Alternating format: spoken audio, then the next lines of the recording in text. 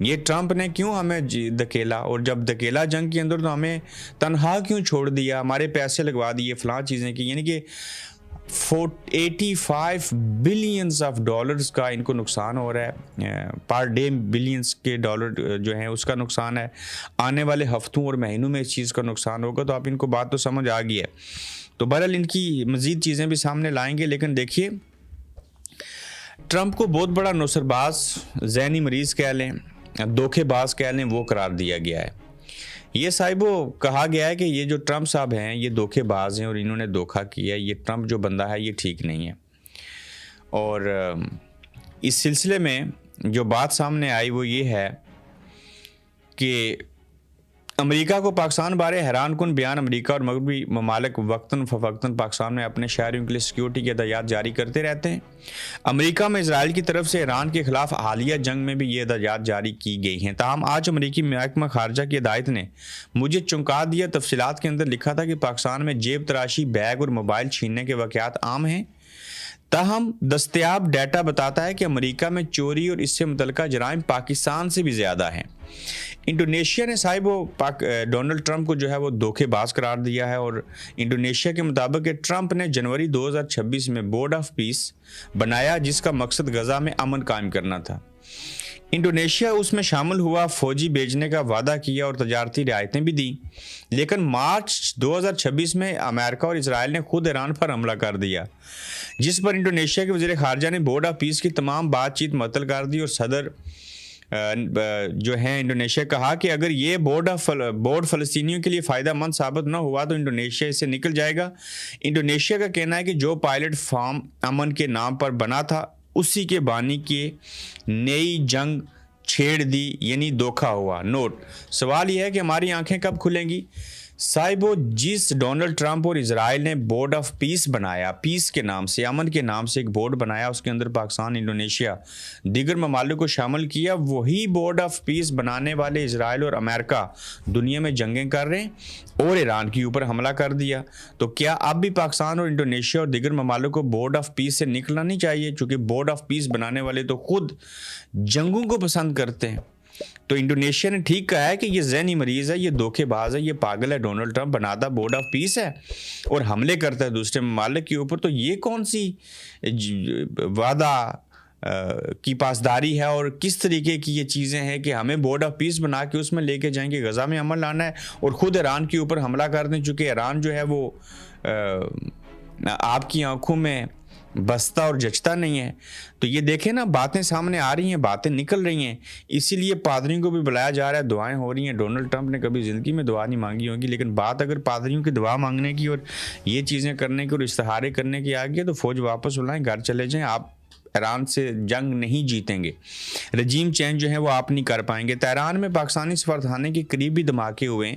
یہ ایک بڑی خبر ہے کہ تہران سے موصول ہونے والی اطلاعات کے مطابق پاکستانی سفارتخانے کے اطراف میں شدید دھماکوں اور بمباری کی آوازیں سنی گئی ہیں۔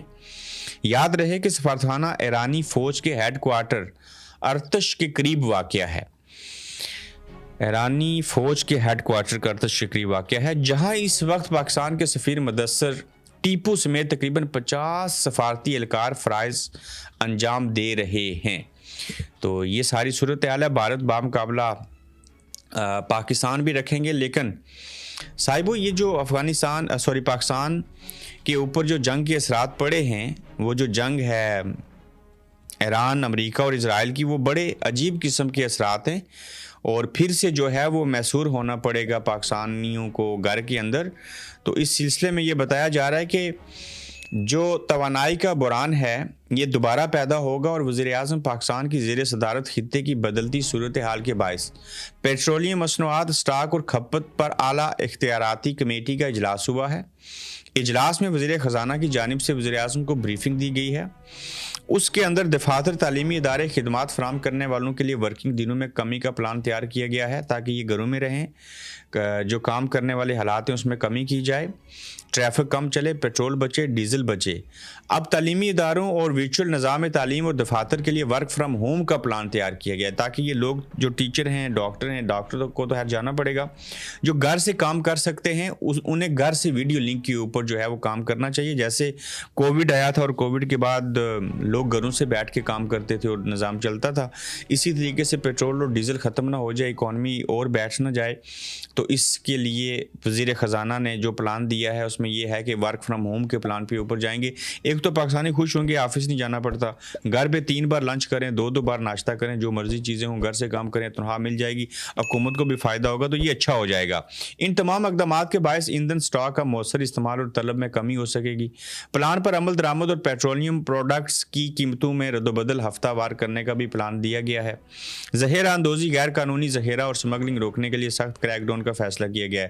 یہ ہو سکتا ہے جو جنگیر ترین جیسے لوگ چینی کی سمگلنگ کر سکتے ہیں, گندم کی سمگلنگ ہوتی ہے, جس ملک کے اندر پیٹرول اور ڈیزل کی سمگلنگ ہوتی ہے, اب تو چاندی ہے ان کے لیے, یہ تو سمگلنگ کریں گے, اسی سے تو پیسے کمائیں گے. چونکہ ہمارا تو ناؤز باللہ اللہ پہ بھروسہ ہی نہیں ہے کہ وہ پتھر کے اندر موجود کیڑے کو بھی رزق دیتا ہے. ان کے پاس تو ابھی موقع آیا ہے کہ انہوں نے جم کے ذخیرہ اندوزی کرنی ہے, پیٹرول کو جمع کرنا ہے اور اس کو مہنگا ترین کر کے بیچنا ہے. یہ لوگ تھوڑی نا ملک کے ساتھ جو ہیں وہ مخلص ہیں, اور انہوں نے چیزیں جو ہیں وہ لے کے آگے بڑھنی ہیں. دیکھیے صاحبو, یہاں پہ مسجد اقصیٰ کے حوالے سے خبر ہے کہ مسجد اقصیٰ کو سیل کر دیا گیا ہے. اقوام متحدہ کے قانون کے مطابق مسجد اقصیٰ ناجائز دہشت گرد ریاست اسرائیل کی ملکیت نہیں بلکہ اقوام متحدہ کے زیر انتظام ہے. اس کے باوجود تاریخ میں پہلی مرتبہ گزشتہ 7 دنوں سے مسجد اقصیٰ میں نماز کی ادائیگی پر پابندی ہے, اور ماہ رمضان کے مہینے میں پابندی, اور آج جمعہ کو نماز جمعہ کی ادائیگی پر بھی پابندی لگا دی گئی. یہ بہت بڑا لمحہ فکری ہے. اب اسرائیل اور امریکہ انٹرنیشنل قوانین کی جو ہے پاسداری بھی نہیں کر رہے, ان قوانین کو بھی توڑ رہے ہیں, اور یہ اقوام متحدہ کے زیر انتظام ہے. اور اقوام متحدہ کہتی ہے کہ یہاں پہ مذہبی آزادی ہوگی, یہاں مسلمان نماز پڑھیں گے, عبادت کریں گے, لیکن پچھلے 7 دنوں سے مسجد اقصیٰ میں نماز کی ادائیگی کے اوپر پابندی ہے. یہ بھی قیامت کی نشانیوں میں سے ایک نشانی ہے. اور جو جمعہ کی نماز آج نہیں ہو سکی, 2 ارب سے زائد مسلمان قبلہ اول مسجد اقصیٰ آپ کو پکار رہی ہے. اے امت کی حکمرانوں, جرنیلوں, مسجد اقصیٰ فریاد کریے, ہے کوئی لبیک کہنے والا؟ یہ مسلمانوں سے پوچھا گیا ہے. کہاں سے آئے صلاح الدین ایوبی, کہاں سے آئے باقی لوگ جو اس کو دوبارہ سے کر سکیں؟ بہرحال ہم تو اس چیز کا انتظار کرتے ہیں کہ اسرائیل جو ہے وہ کب رول کرے گا, چونکہ حدیث میں ہے کہ وہ رول کریں گے, اس کے بعد دجال آئے گا, امام مہدی آئیں گے, حضرت عیسیٰ علیہ السلام آئیں گے, چیزیں خود بخود ہوتی رہیں گی. ہمیں کیا لگے اس کے اندر گھسنے کی, انقلاب لانے کی, بات کرنے کی؟ جب دین نے, اللہ نے, نبی نے کہہ دیا قرآن میں, حدیث میں, پھر یہ سارا کچھ ہوگا. ہم تو ہاتھ پہ ہاتھ رکھے بیٹھے ہوئے ہیں. میں حیران ہوں کہ کوئی پکار رہا ہے کہ مسجد اقصیٰ جو ہے وہ فریاد کر رہی ہے.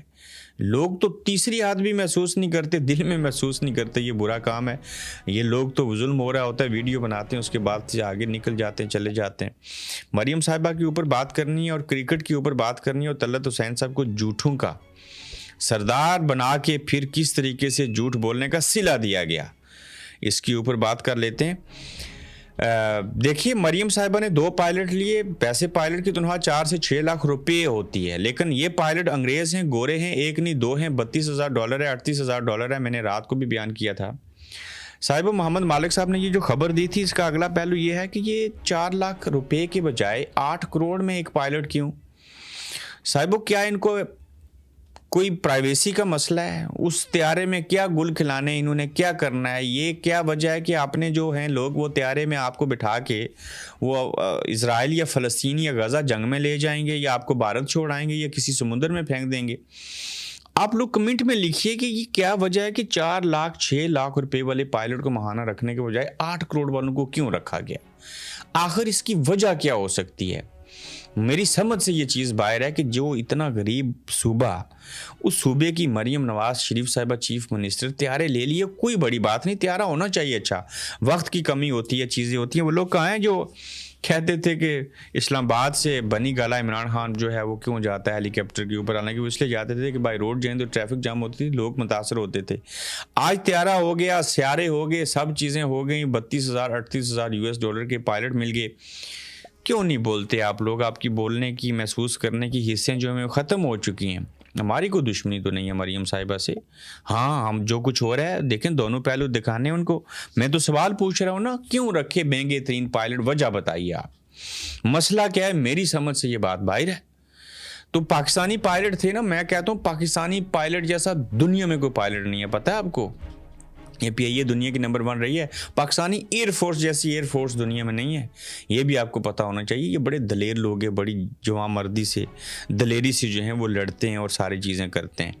تو لہٰذا آپ نے کمنٹ میں ضرور لکھنا ہے کہ مریم صاحبہ نے انگریز پائلٹ جو ہیں وہ کیوں رکھے، لیکن اچھی باتیں لکھیے گا، معافی چاہتا ہوں کہ اس میں کوشش کیا کریں۔ میں ایک پالیسی بتا دیتا ہوں، جو شخص ہمارے پلیٹ فارم کے اوپر، یوٹیوب کے اوپر، فیس بک کے اوپر غلط قسم کا کمنٹ کرتا ہے، کسی کو گالیاں دیتا ہے، کسی کو بھی، میں کہتا ہوں کوئی بھی سیاستدان ہو، میجورٹی ہم کوشش کرتے ہیں اس کو ایسا بلاک کر دیتی ہے ہماری ٹیم کہ وہ ساری زندگی گورکھ دھندا میری شکل اور صورت دوبارہ نہیں دیکھ سکتا۔ تو لہٰذا احترام کے دائرے کے اندر رہ کے تنقید کیجیے، اپنی رائے کا اظہار کیجیے، ورنہ ہم اس پلیٹ فارم سے پتہ نہیں کتنے ہزاروں لوگوں کو بلاک کروا چکے ہیں۔ اچھا نہیں لگتا، لیکن ہر چیز کی ایک حد ہوتی ہے، چونکہ آپ لوگ کریں گے، ہم دیکھیں گے، وہ بے خودگی لگی رہے گی، تو میں قبر میں جواب دے ہوں۔ ہمارے پلیٹ فارم کے اوپر آ کے ایسا کر رہے ہیں نا، تو بولنے کی آزادی ہے، لیکن اس آزادی کی بھی ڈیفینیشن ہے اتنی کہ آپ ادب اور احترام کے ساتھ یہ چیزیں کریں۔ صاحبو، جو کرکٹ کے اوپر راج کس کا ہے اور چیزیں کیا ہیں، پہلے تو میں آپ کو یہ وضاحت کر دوں کہ کرکٹرز کو 50 لاکھ روپے کے جرمانے ہوئے ہیں۔ دنیا کا واحد PCB بورڈ ہے جو اپنے کھلاڑیوں کی درستگی نہیں کرتا، انہیں جرمانہ کر کے سزا دے رہا ہے۔ ان کے بس میں ہو تو جیسے ماسٹر جی ہاتھ کے اوپر اور ٹانگوں پہ اور کان پکڑوا کے سوٹیاں نہیں مارتے تھے، ان تمام پلیئرز کو کان پکڑوا کے سوٹیاں ماریں، تیل لگا کے سرسوں کا۔ وہ بھائی یہ جرمانہ کر رہے ہیں 50 لاکھ روپے کا، 5 ملین روپیز کا، اس سے کیا فرق پڑتا ہے؟ یہ تو بلیک میلنگ ہے۔ آپ میرٹ کو لے کے آؤ، آپ وہاں پہ کوچ جو ہیں وہ اپنے ملک کے رکھو، اس کے اندر بہتری لے کے آؤ۔ یہ کیا ہوا، جرمانہ کرنے سے کیا ہو جائے گا؟ پھر دیکھو جرمانہ کرنا ہے تو اس کو کرو۔ طلعت حسین نامی جھوٹ کو طلعت حسین نامی جھوٹ کو پہلے سما ٹی وی پر زبردستی باری تنخواہ پر رکھوایا گیا، پھر اسے PTV انگریزی کے لیے 76 لاکھ روپے کی کنسلٹنسی دی گئی، پھر اس کے ذاتی سٹاف کو بھاری تنخواہوں پر اکوموڈیٹ کیا گیا، اور اب بیٹے کو قومی کرکٹ ٹیم میں شامل کرا دیا گیا ہے۔ ایسے جھوٹ اس نظام کو چمٹے ہیں کہ اللہ کی پناہ ہے۔ یہ فواد چودھری صاحب نے جو ہے وہ تنقید کی ہے، طلعت حسین کے اوپر کی ہے۔ آپ طلعت حسین کا بیٹا دیکھیں، میچ کھیلے گا لگ پتہ جائے گا۔ طلعت حسین صاحب خود بھی کرکٹ کھیلتے رہے، ہمیں کوئی مسئلہ نہیں ہے، ہاں اگر وہ میرٹ کے اوپر ہے تو ہو جائے، لیکن طلعت حسین صاحب نے تو جھوٹ بول کے چیزیں کر کے سارا کچھ بیان کر کے تو وہاں پہ جگہ بنائی، اور آج بیٹے کو اکوموڈیٹ کریں گے کہاں پہ؟ کرکٹ ٹیم میں کھیل جائے، اور ہو سکتا ہے وہ اچھی پرفارمنس دکھا دے، لیکن طلعت حسین صاحب آپ لوگوں نے جھوٹ کا اور حکومت کا ساتھ دے کے اس لیے یہ کیا سارا کچھ کہ آپ کا بیٹا قومی کرکٹ ٹیم میں لگ جائے۔